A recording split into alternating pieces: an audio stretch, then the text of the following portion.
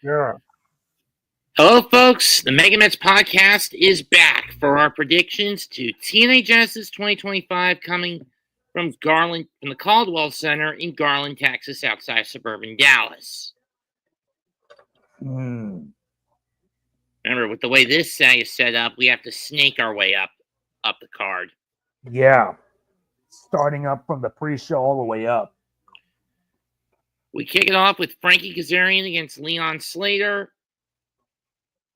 Has Frankie done anything with that Call Your Shot Gauntlet trophy opportunity he's got for a TNA World title shot since Bound for I Glory? don't know. No, he hasn't. This is cannon fodder to set up for if he either for one of two possible scenarios. Grant, I don't think it's likely that it's going to happen at Genesis. I say save it for later down the road. But that said, I'm going to take Kazarian to win. Yep. Your turn. Next up is for the TNA X Division title. The champion move. Left. You have to go left from where I started. Oh yeah. Where are we going? Let me see. Oh yeah. The other pre-show match. The other pre-show match. For whatever reason, I checked Wikipedia and it's not there. Are you kidding me? Hold on. Let me load up the TNA website. Nope. TNA Genesis. No, I gotta find it. There it is, the card right here. Surprised TNA last this. Now for the other match. The System against Eric Young and Steve Maclin. I'm surprised Maclin would even openly admit there's someone he'd be willing to go into the foxhole with, and that's EY. But when you look at the System, they've been a bit fluxed as of late. I mean, since June, the only belt they have to their arsenal, and they've added back to their ranks, is the X Division title. I've heard scuttlebutt that they're going to retire this model and give us a new version of it at Genesis. Indeed. I mean, I think it would have been a lot more tolerable for me if Moose had just bothered to just trade the belt in, because to me, it's a bargaining chip via option C. But that said, we'll get to that in a minute. Yeah. I'm going to give this to Young and Maclin. I'm probably going to do the same. The System needs to crash. Got that right. Nobody trusts me. If our political system is anything to go by, nobody trusts the System. The System needs a shutdown at least. Moving on to the TNA Knockouts Tag Title match. Ash and Heather by Elegance challenge Jody Threat and Dani Luna, a.k.a. Spitfire.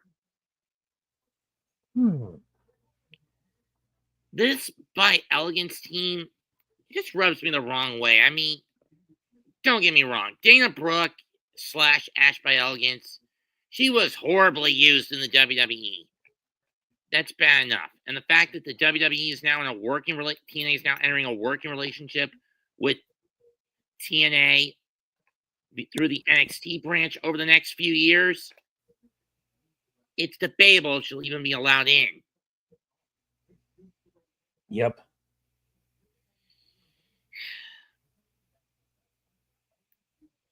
This is going. Arguably, this run has been just as bad, if not worse, than her WWE run.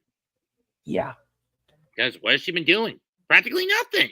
I mean, yeah, she had a crack at the knockout style back at Slammiversary, but she got steamrolled by Jordan Grace. That's a shame. And since then, nothing has come of her making the jump. I don't even fucking know who Heather by Elegance really is. Let me check. I don't know either.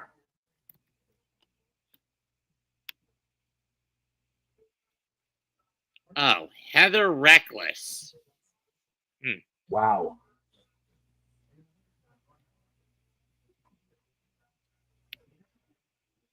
Interesting.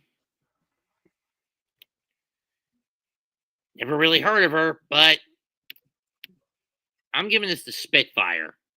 Wow. That's an interesting choice. I'll have Spitfire retain. Now then, for the X Division Championship, We have our champion Moose against the challenger, Ace Austin. Can the inevitable one prevent Moose from retiring the X Division title? Because I think that was one of the storyline plans before they decided to give us a new model. I mean, seriously, you got rid of the Impact model for this one, which I didn't think was a bad design. Now you're just going to remodel it again? It's like they don't know what the hell to do. And the way Moose has said he's retiring the X Division title, you do that, you basically kill the X Division. Does anyone get those vibes from late 2007 to early 2008? When the Dudley? What? With the Dudley boys? Yeah, where they basically stole the X Division title and made a vow to destroy the division itself. And then recruited Johnny Devine to their side. Oh, yes, I remember. Helped him in briefly being the champion, which set up the 6-man hardcore street fight between them and the team of the Motor City Machine Guns and Jay Lethal against all odds, which was mostly done to help push Jay Lethal further up the card. Yes, pretty much. Which didn't really pan out long term, in all honesty. I know. It was unfortunate. I'm not sure if TNA is recycling storylines here, but if anyone is going to knock Moose off the perch and save the division, it has to be the inevitable one.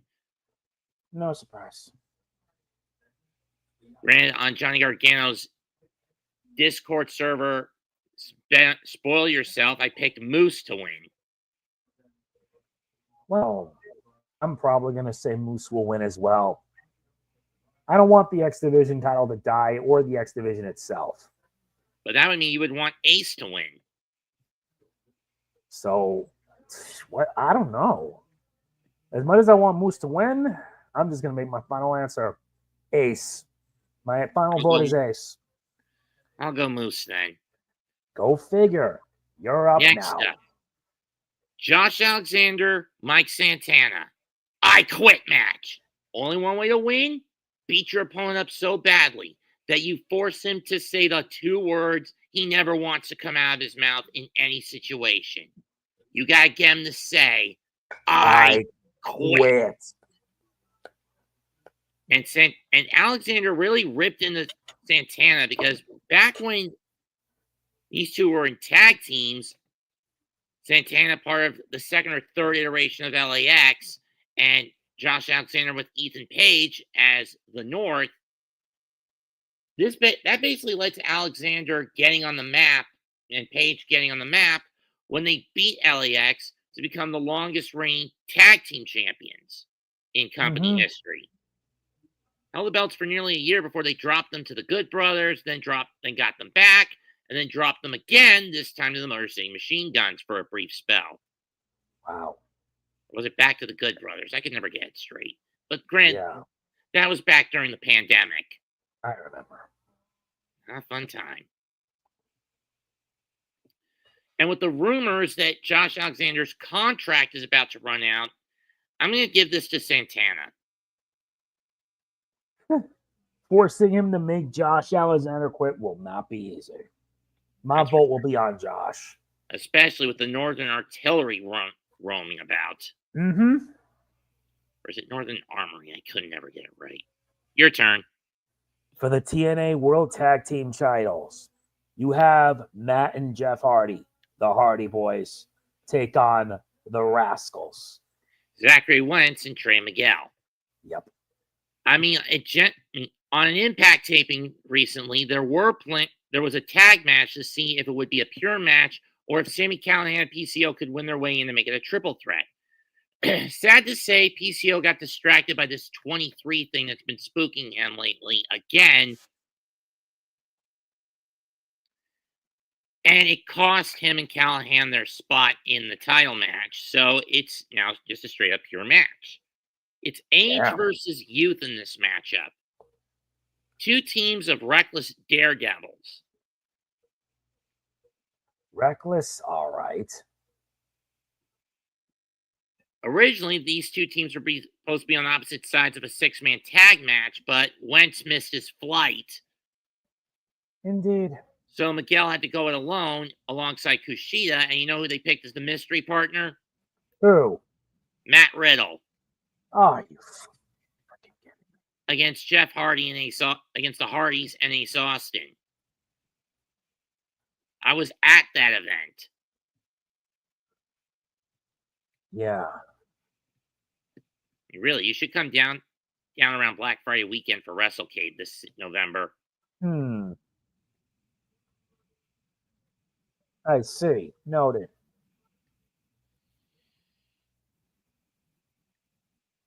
I mean, I don't understand. Would you consider this Hardy's reign as tag champs midterm or short term at this point? Depends on how it's going to be done.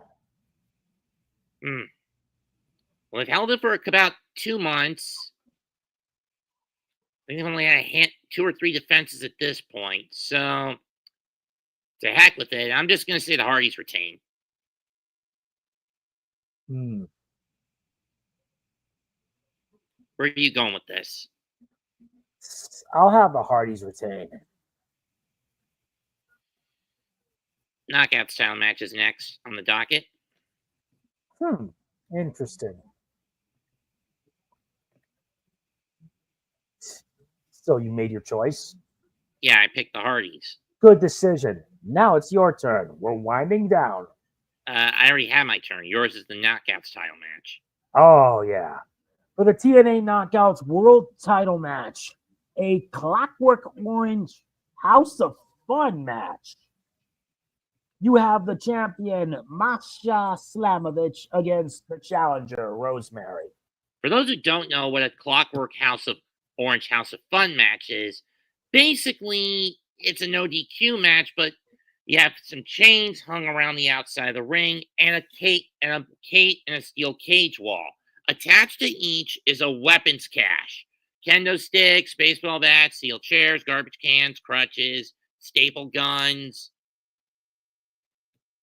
Invented by Raven, of all people, this thing is meant to release a wrestler's inner psychosis. Wow.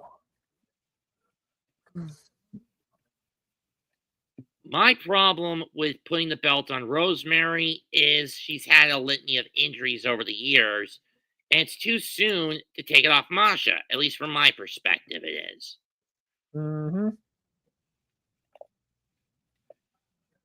then again, wrestling companies have a bad habit of putting title belts on heels for too long and not enough time on baby faces, and when they do put them on baby faces long term, it gets stale rather quickly.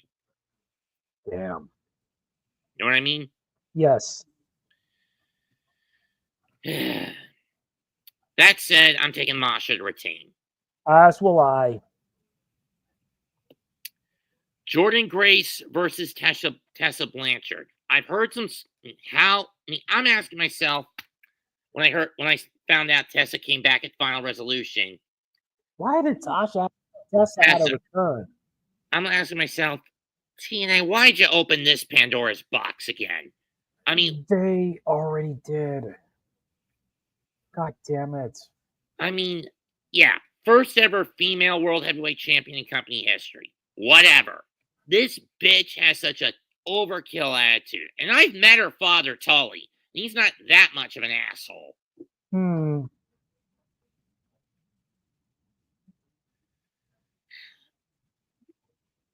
And how ironic that when Jordan first arrived in Impact, Tessa was the measuring stick, and Jordan couldn't beat her. Fast forward to the pandemic, and Tessa's attitude leads her to getting released and the world title getting vacated. Which set the lineage we've had since the pandemic of Eddie Edwards, then Eric Young, then Rich Swann, then Kenny Omega, Christian Cage, Moose, Josh Alexander, back to Josh, vacated, and then won by Maclin, Alex Shelley, then Moose again. That's a lot of names. And now Nick Nemeth.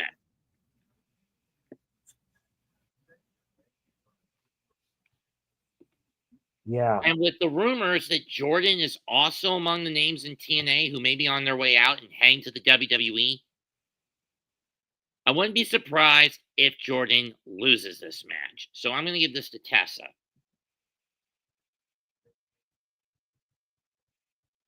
Where's your vote? Well, if I were to pick, it's not going to be Tessa.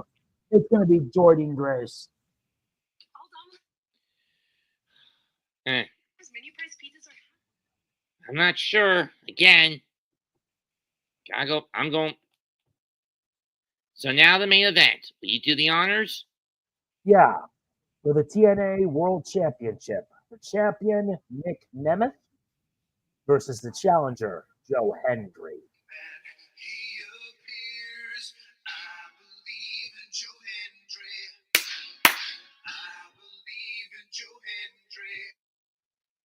I had to do it. I'm surprised you had to do it. This mostly boils down to one question and two triggers that need to be pulled. Anyone who saw Bound for Glory knows that Nick Nemeth essentially got screwed by, Joe Hendry got screwed by interference from John Layfield, who has been sticking his nose in a lot of Nemeth's matches the last handful of months, including Nemeth's title defense against Eddie Edwards at Turning Point. And the match against Hendry at Bound for Glory. But now it seems like the one who's been more of a wedge between these two in terms of trying to keep the match clean is Nick's own little brother, Ryan Nemeth. Yes, indeed. So the big question is, which trigger gets pulled? Do you have Layfield show up and reveal that he and Nick have been in cahoots, which turns Nemeth heel? Or do you finally pull the trigger that you didn't pull at Bound for Glory and make Joe Hendry the TNA World Champion? But the latter comes with a bit of a nasty trade-off. Kazarian in the pre-show match means you know he's waiting in the wings to use the call your shot, regardless of who the winner is. Or he could do it during the match. Yep.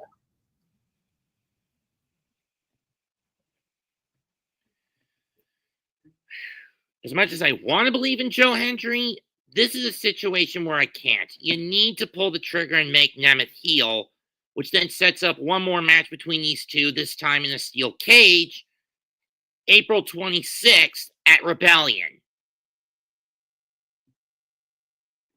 Or April 27th at Rebellion, excuse me. In LA. So Yep. I'm going to say, by hook or crook, Nick Nemeth walks in and out of Dallas, still the TNA World Heavyweight Champion.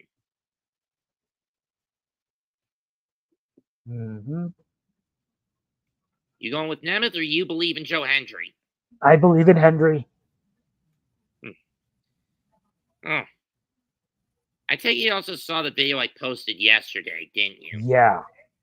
I mean, in fairness, when you consider my video was only 13, 15 minutes at most, and Mars Girl's bullshit documentary is 11 fucking hours long. 11 hours? This lady just shows how she's become so self-indulgent in trying to tear Vic down. Self-indulgent is that she's a lost cause. Not to mention a compulsive lying whore who only got away with it because Vic's legal team misdirected him. Of course they did. And I mean, look, I know Vic has a lot of character flaws. He's overly passionate, and not in the sexual sense. It's more of the heritage sense. He and I are Italian, so we're overly passionate. He's overly trusting, and he's not a very good judge of character a lot of the time. I'm willing to admit those flaws about him. But that said, if you want to get rid of him because of him being something of a perfectionist and political alignment, fine, I get it. But throwing pedophilia allegations on him that were BS crosses a line. Know what I mean? Yeah. And I mean, yeah, these last 2 days, first time in well over 5 months I've even referenced it. That said, that was something I need to get off my chest and bring up to you. I know. You made the wise choice. Thanks. Comment, like, and subscribe. We are the MegaMets podcast. Check us out along with the other members of the Big Blue Crew Sports Network. He's Mega Man NG. I'm Mets2128. Goodbye and good night. Bang. Bang. That was fun. Oh, by the way, the New Japan 1972 website's back to normal. Thank God. What happened? It was a system crash?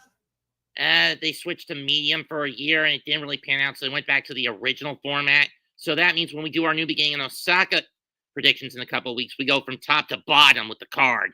Good, as it should be. I'll see you then. Next week, the Royal Rumble. Oh, yes. We'll be predicting. Or rather, near the end of the month, we'll be predicting the Royal Rumble. Indeed. See you then.